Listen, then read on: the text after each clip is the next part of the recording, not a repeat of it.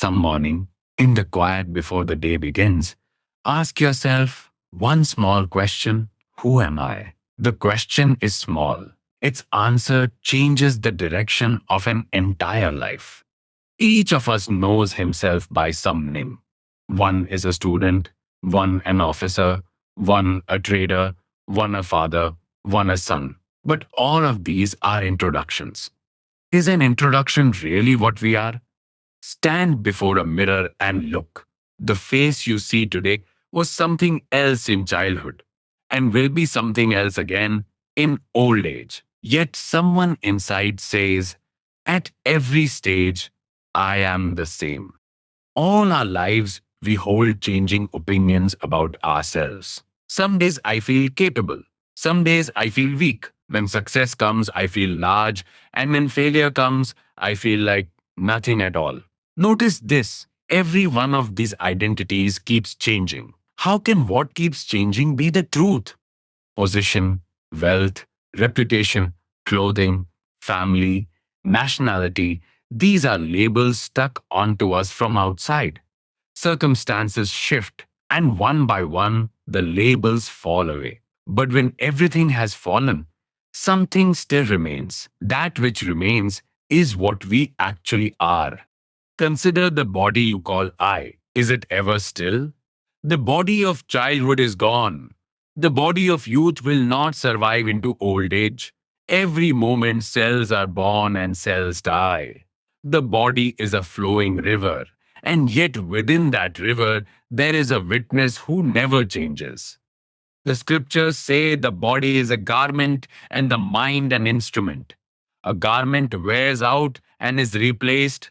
One day the body too is set down, but the one who wears it is never born and never dies. We are the owner of the body. We are not the body.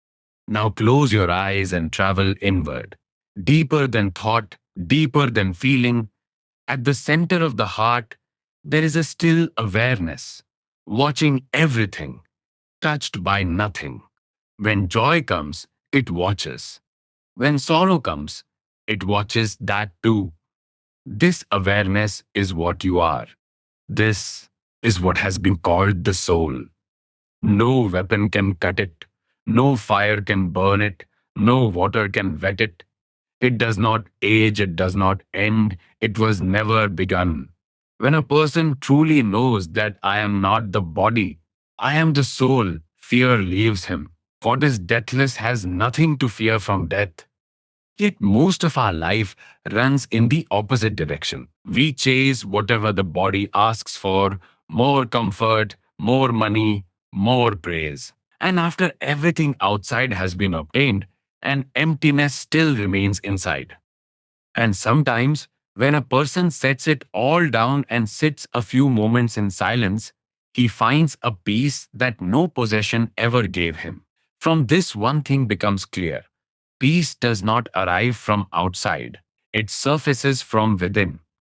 This is the nature of wanting.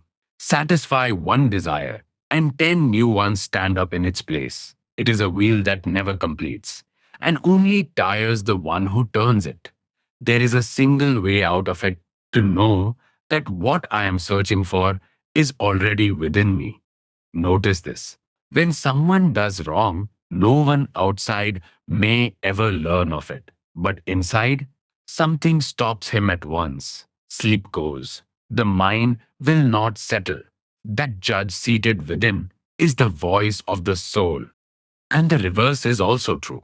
When we help someone expecting nothing, when we become support for a person in pain, an unfamiliar fullness rises inside. No one has given us anything, and still we feel filled. This is the sign that the soul is nourished by service. The body needs food, the mind needs knowledge, and the soul needs truth, restraint, and service. In the one who sets aside a few moments each day for study, for prayer, for looking honestly at himself, the lamp within never goes out. There is a well known story. In a forest, a hunter set down a clay pot filled with sweet nuts, and the neck of the pot was very narrow. A monkey came, reached inside, and closed its fist around a handful. Now the fist was closed, and the mouth of the pot was small. The monkey pulled with all its strength, cried out, struggled, and the hand would not come free. It was bound, not by any rope, by its own grip. Had it simply opened its fist, it would have been free that very instant. Our lives are no different. No one binds us. We sit holding the fist of our own attachment closed, loosen the grip, and freedom arrives on its own. Here, another story. A lion cub grew up among a flock of sheep. It grazed with them, feared what they feared, and bleated as they bleated. It had come to believe that it too was a sheep. One day it went to the lake to drink. In the still water, it saw its own reflection for the first time, and that reflection was not a sheep's, it was a lion. In that single moment, all of its weakness ended. Nothing new had been given, what was already there had been recognized. A human being is that same lion. Having decided he is weak, self knowledge means only this to recognize what you already are. And as that recognition deepens, the circle of I begins to widen. First, only oneself, then the family, then the community, then the nation, and at last the whole human family begins to feel like one's own. On this vast earth, not a single border has truly been drawn. Those lines we drew in the mind. The day a person feels that the same awareness lives in everyone, no reason for hatred is left standing. The air inside a balloon and the air outside it are one and the same. Between them lies only a thin membrane. That membrane is the ego. Let it dissolve, and the sky within joins the endless sky without. So, the purpose of a human life is not merely to earn and to consume. Its purpose is to recognize the light within and to carry that light to others through the way we act. Work done honestly is also worship. Help given to anyone is also prayer. Treat the body and the mind as instruments, not as destinations. Keep them healthy, make them capable, but employ them for something higher. When a person joins his instruments to a worthy aim, even an ordinary life becomes extraordinary. So today, in this quiet moment, ask that question once more: who am I?